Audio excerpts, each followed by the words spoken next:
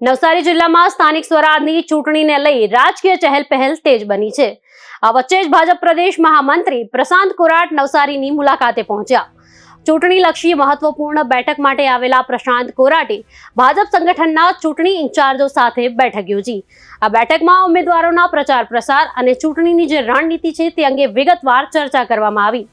બેઠક દરમિયાન નવસારી જિલ્લામાં 60 થી વધુ ઉમેદવારોને બિનહરીફ બનવાની ઘટનાને પ્રશાંત કોરાટે ઐતિહાસિક ગણાવી અને તેને ભાજપ માટે મોટી સિદ્ધિ તરીકે દર્શાવી છે। આ ઉપરાંત પ્રશાંત કોરાટે આમ આદમી પાર્ટી પર તીખા પ્રહારો કર્યા। તેમણે આરોપ મૂક્યો કે પંજાબની જનતાના પૈસા ગુજરાતમાં ખર્ચવામાં આવી રહ્યા છે। સાથે જ તેમણે કહ્યું કે દિલ્હીની જનતાને આમ આદમી પાર્ટીએ છેતરી છે। સુરત અંગે નિવેદન આપતા પ્રશાંત કોરાટે દાવો કર્યો કે ત્યાં આમ આદમી પાર્ટી પોતાનું ખાતું પણ ખોલી શકશે નહીં। આ રીતે નવસારીમાં યોજાયેલી આ બેઠક રાજકીય રીતે મહત્વપૂર્ણ માનવામાં આવી રહી છે।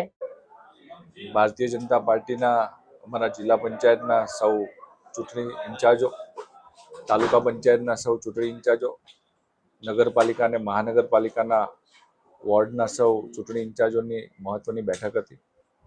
અમારા જિલ્લાના અધ્યક્ષ આદરણીય શ્રી ગુરાભાઈ શાહના નેતૃત્વમાં આજે આ બેઠકનું આયોજન કરવામાં આવ્યું હતું। આગામી સમયમાં ચૂંટણીને અનુલક્ષીને નીચે સીટ વાઇઝ કઈ રીતે પ્રચાર પ્રસાર સાથે ઉમેદવારનો લોકસંપર્ક અને મતદાનના દિવસ અને મતગણતરી સુધી કઈ રીતનું આયોજન કરવું એ પ્રકારની આ બેઠકની અંદર ચર્ચા થઈ છે। જે રીતે સમગ્ર ગુજરાતની અંદર આ વખતે અમારા પ્રદેશના અધ્યક્ષ આદરણીય શ્રી જગદીશભાઈ વિશ્વકર્મા સાહેબના નેતૃત્વમાં 10,000થી વધારે ઉમેદવારો ભારતીય જનતા પાર્ટીના કાર્યકર્તાઓ વિવિધ તબક્કાની ચૂંટણીમાં લડી રહ્યા છે। અને આ વખતે ઐતિહાસિક ઘટના બની છે। અમારા પ્રદેશ અધ્યક્ષ જગદીશભાઈ વિશ્વકર્મા સાહેબના નેતૃત્વમાં લગભગ 400થી વધારે બેઠકો ગઈકાલ સુધીમાં બિનહરીફ જાહેર થઈ છે અને સામેવાળા ઘણા લોકોએ ફોર્મ બી નથી ભર્યા અને ઘણા લોકોએ પોતાનું નામાંકન પત્ર પરત પણ લીધું છે। ત્યારે આવનારા સમયમાં જે રીતે દેશના યશસ્વી પ્રધાનમંત્રી માનનીય નરેન્દ્ર મોદીજીએ જ્ઞાનના મંત્ર સાથે ગરીબ, યુવા, અન્નદાતા અને નારી 4 શ્રેણીના લોકો માટે કામ કર્યું છે અને રાજ્યની અંદર અમારા માનનીય મુખ્યમંત્રી શ્રી ભૂપેન્દ્રભાઈ પટેલ સાહેબના નેતૃત્વમાં છેવાડાના વ્યક્તિ સુધીનો વિકાસ થાય, છેવાડાના વ્યક્તિ સુધી સરકારની યોજના પહોંચે, એમને લાભ મળે, એ તમામ લાભાર્થીઓને સંપર્ક કરીને એમને ભારતીય જનતા પાર્ટીના ઉમેદવાર કમળ તરફી મતદાન કરવા માટે થઈને ભારતીય જનતા પાર્ટીના દરેક કાર્યકર્તાઓ કામે લાગવાના છે અને 26મી તારીખે ખૂબ જ વિપુલ પ્રમાણમાં મતદાન થવાનું છે અને 28મી તારીખે ઐતિહાસિક ઘટના ગુજરાતની અંદર બનશે। 100% પરિણામ સાથે ભારતીય જનતા પાર્ટીનો ભગવો ફરી વખત ગુજરાતની અંદર લહેરાવા જઈ રહ્યો છે।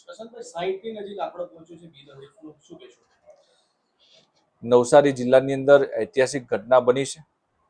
જિલ્લા પંચાયતની 30 સીટમાંથી 9 જિલ્લા પંચાયત સીટ, નગરપાલિકા ગણદેવી નગરપાલિકામાં 24માંથી 23, નવસારી મહાનગરપાલિકામાં 2 સીટ અને 132 તાલુકા પંચાયત સીટમાંથી 27 જેટલી 132 તાલુકા પંચાયત સીટમાંથી 27 જેટલી તાલુકા પંચાયત સીટ એ બિનહરીફ ભારતીય જનતા પાર્ટીના ઉમેદવારો જીતીને લઈ આવ્યા છે। ઘણી જગ્યા પર સામેવાળા પાર્ટીને ઉમેદવાર પણ નથી પડ્યા। ઘણી જગ્યા પર જબરજસ્તી લડાવવા માટે થઈને જબરજસ્તી ફોર્મ ભરાવીને જબરજસ્તી મેન્ડેટ આપ્યું હતું એવા બધા જ ઉમેદવારોએ પોતે લડવાની અનિચ્છા દર્શાવી છે। એ પ્રકારે ઐતિહાસિક ઘટનાથી 60 જેટલી સીટો બિનહરીફ થઈ છે। નવસારી સહિત અનેક વિસ્તારોમાં મેરિટમાં આવતા હોય એવા યુવા ઉમેદવારોને ટિકિટ કપાઈ છે, શું કહેશો? આપ જોઈ શકો છો કે ભારતીય જનતા પાર્ટીની અંદર 10,000થી વધારે કાર્યકર્તાઓને તક મળી છે અને જે રીતે ભારતીય જનતા પાર્ટીની અંદર યુવાઓને તક આપવા માટે થઈને, પ્લેટફોર્મ આપવા માટે થઈને, લડવા માટે થઈને પાર્ટીએ નિયમ બનાવ્યો કે 60 વર્ષથી ઉપરના 3 ટર્મથી વધારે લડેલા હોય, આ બધા જ નિયમોને ધ્યાનમાં રાખીને ઘણા બધા યુવાનોને તક મળી છે।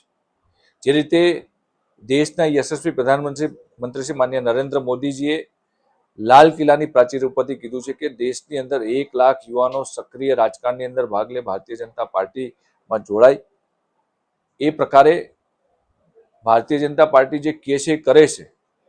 અમારા રાષ્ટ્રીય અધ્યક્ષ માત્ર 45 વર્ષના છે આદરણીય નીતિન નવીનજી એ સંગઠનની અંદર વિવિધ પદ ઉપર રહ્યા, ધારાસભ્ય તરીકે ઘણા સમયથી ચૂંટાઈને આવે છે, બિહારની રાજકારણની અંદર બિહાર સરકારમાં મંત્રી બી રહ્યા છે, 45 વર્ષની ઉંમરે એ રાષ્ટ્રીય અધ્યક્ષ છે, દુનિયાને દેશની નંબર 1 પાર્ટીના રાષ્ટ્રીય અધ્યક્ષ છે. ત્યારે ભારતીય જનતા પાર્ટીની અંદર યુવાઓને પ્રાધાન્ય મળે છે, નવા યુવાનોને તક મળે છે. કદાચ કોઈ યુવાઓએ દાવેદારી કરી હશે, પરંતુ મેરિટ ડિમેરિટના આધારે કદાચ તક નહીં મળી હોય, પરંતુ સંગઠનની અંદર પણ એટલી જ જવાબદારી મહત્વની છે. આવા કોઈ પણ કાર્યકર્તા હશે તો ક્યાંક ને ક્યાંક પાર્ટીની અંદર દાયિત્વમાં લાવીને એ બધાને પાર્ટી અને રાષ્ટ્ર માટે કામ કરે એ પ્રકારનું કામ કરે છે. આમ આદમી પાર્ટી